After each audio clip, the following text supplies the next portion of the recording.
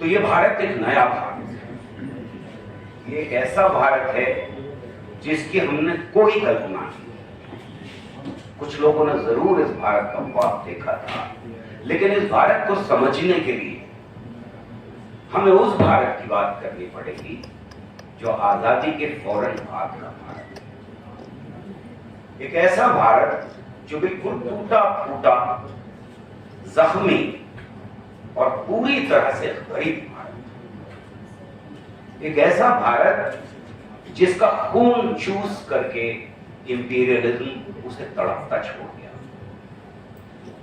और तब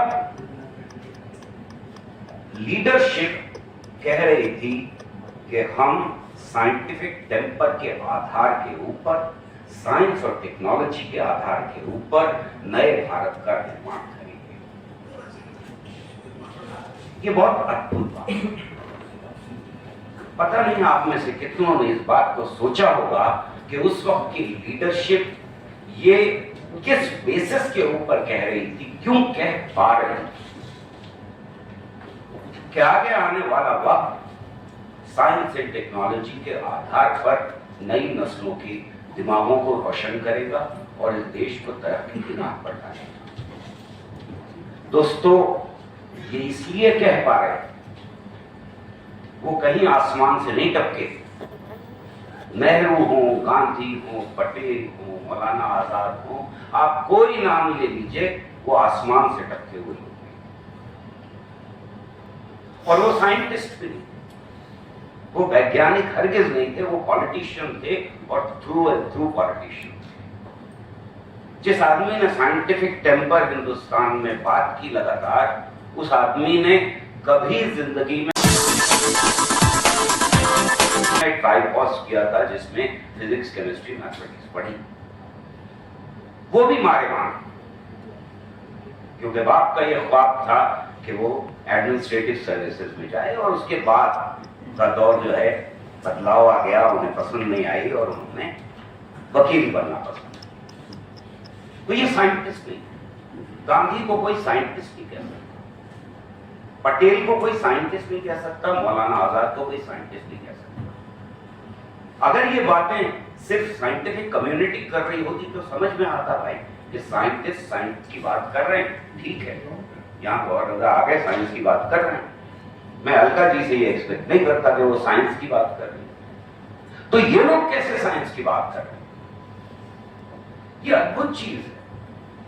उस किताब में जो नेहरू लिखते हैं वो हिस्ट्री की किताब है और वहां 10 पेजेस वो डिवोट करते हैं साइंस से, टेक्नोलॉजी और साइंटिफिक टेम्पर। क्या था ऐसा? अगर कुछ था तो ये था कि फ्रीडम मूवमेंट के दौरान बेहतरीन दिमागों के साथ ये परवरिश पाई, गांधी की, नेहरू की, पटेल की, आजाद की और जितने भी नाम हैं, वो परवरिश उनकी हो रही थी हिंदुस्तान के ही नहीं बल्कि दुनिया के बेहतरीन दिमाग। और इसलिए एक through and through politician scientific temper पे बात कर सकता, ये फ्रेज क्वाइन कर सकता था, देश के सामने विजन रख सकता था कि आगे आने वाला देश साइंस एंड टेक्नोलॉजी के आधार के ऊपर रहेगा। और इस देश में एक कंसेंसस क्रिएट किया गया था कि हम अगली नस्लों को साइंटिफिकली टेम्पर्ड बनाएंगे। और क्या था ये साइंटिफिक टेम्पर? ये साइंटिफिक टेम्पर था, scientific temper is temper of free man, ये अंडरस्टैंडिंग। और ये अंडरस्टैंडिंग क्या कह रही थी? आप आजाद नहीं हो सकते अगर आप साइंटिफिकली टेम्पर्ड नहीं है, और अगर आपको साइंटिफिकली टेम्पर्ड होना है तो आजाद होना पड़ेगा।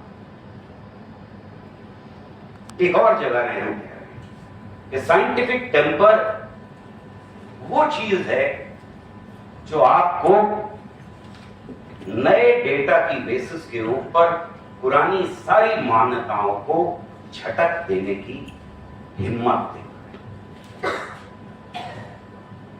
हर एक को परखने की हिम्मत देता है। ऐसा नहीं है कि ये नेहरू पहली बार कह रहे हैं, उसके ऊपर डिस्कशन हो चुकी है, लेकिन इतनी खूबसूरती से अवाम के सामने रख रहे थे और कह रहे थे कि साइंटिफिक टेम्पर का मतलब ये है कि जो कंक्लूजन्स हम लैब के अंदर निकालते हैं, जो तरीके हम लैब के अंदर इस्तेमाल करते हैं, उनको जिंदगी में इस्तेमाल करना बियॉन्ड 4 वॉल्स ऑफ लेबोरेटरी जब इस्तेमाल किया जाता है तो उससे साइंटिफिक टेम्पर का। सोचिए एक बार फिर कि वो वक्त था जब 30% से कम लोग अपनी दस्तखत कर पाते थे स्कूल में, और एक आदमी लगातार अपनी पब्लिक मीटिंग्स में बार बार scientific temper, science and technology की बात करता है।